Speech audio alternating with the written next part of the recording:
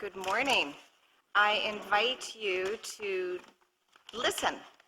You may follow along if you want to, but we're going to be reading from a different version. We're going to be reading from the Message. In your Pew Bible, you'll find the verse we're reading on page 902.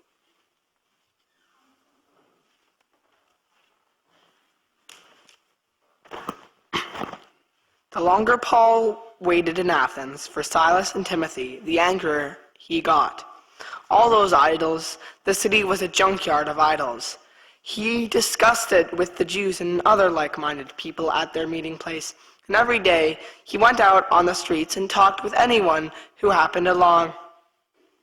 He got to know some of the Epicurean and Stoic intellectuals pretty well through these conversations. Some of them dismissed him with sarcasm. What an airhead! But others listened to him go on about Jesus and the resurrection. Were intrigued. That's a new slant on God. Tell us more. These people got together and asked him to make a public presentation over at the Areopagus, where things were a little quieter. They said, "This is a new one on us. We've never heard anything quite like it. Where did you come up with all of this? Anyway, explain it so we can understand." Downtown Athens was a great place for gossip. There were always people hanging around, natives and tourists alike, waiting for the latest tidbit on most anything.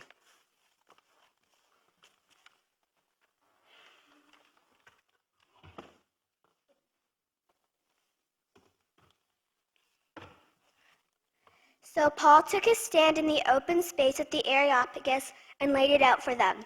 "It is plain to see that you Athenians take your religion seriously. When I arrived here the other day, I was fascinated with all the shrines I came across. And then I found one inscribed to the God nobody knows. I'm here to introduce you to this God so you can worship intelligently, know who you're dealing with. The God who made the world and everything in it, this master of sky and land, doesn't live in custom-made shrines or need the human race to run errands for him as if he couldn't take care of himself. He makes the creatures don't make him. Starting from scratch, he made the entire human race and made the earth hospitable with plenty of time and space for living so we could seek after God and not just grope around in the dark, but actually find him.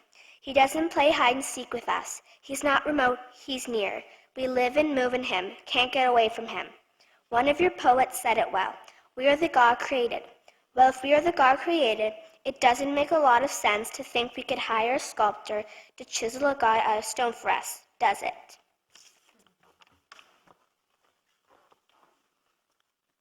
God overlooks it as long as you don't know any better. But that time is past. The unknown is now known, and he's calling for a radical life change. He has set a day when the entire human race will be judged and everything set right.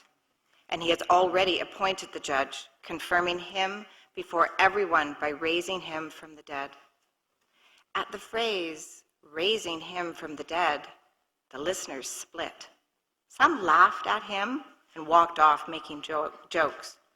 And others said, "Let's do this again. We want to hear more."